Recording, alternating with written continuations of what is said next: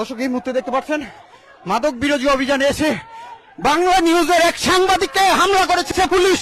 দর্শক এই মুহূর্তে দেখতে পাচ্ছেন আমরা একসাথে কাজ করি, কেন সাংবাদিকের প্রতি আমি অন্যায় আচরণ করবো বা মারবো, এটা হয়তো অন্ধকার ছিল, এখানে হয়তো একটা হতে পারে তাদের বক্তব্য অনুযায়ী বুঝতে পারে নাই। আবার এইখানে যেটা দেখলাম যে ভিকটিম হয়েছে, সে বলতেছে না ইন্টেনশনালি মারছে, সেটা যদি করা থাকে সেটা আমরা ব্যবস্থা নেব। ঠিক আছে, এটা অবশ্যই আপনাদের পুলিশ সদস্যকেও চাকু দিয়েছে, শুধু সাংবাদিক না, আপনাদের পুলিশ সদস্যকেও মারছে। এই পুরো বিষয়টাই আসলে আপনার উপর আঘাত হয়েছে। হ্যাঁ, পুলিশ সদস্যের একজনকে চাকু মারছে, যেটা ফর্চুনেটলি এটা চোখে লাগে না। তো যাই হোক, এই বিষয়গুলো ওইখানে যারা ছিল তারা মনে হয় ঢাকা বিশ্ববিদ্যালয়ের শিক্ষার্থীর পরিচয় দিয়েছে।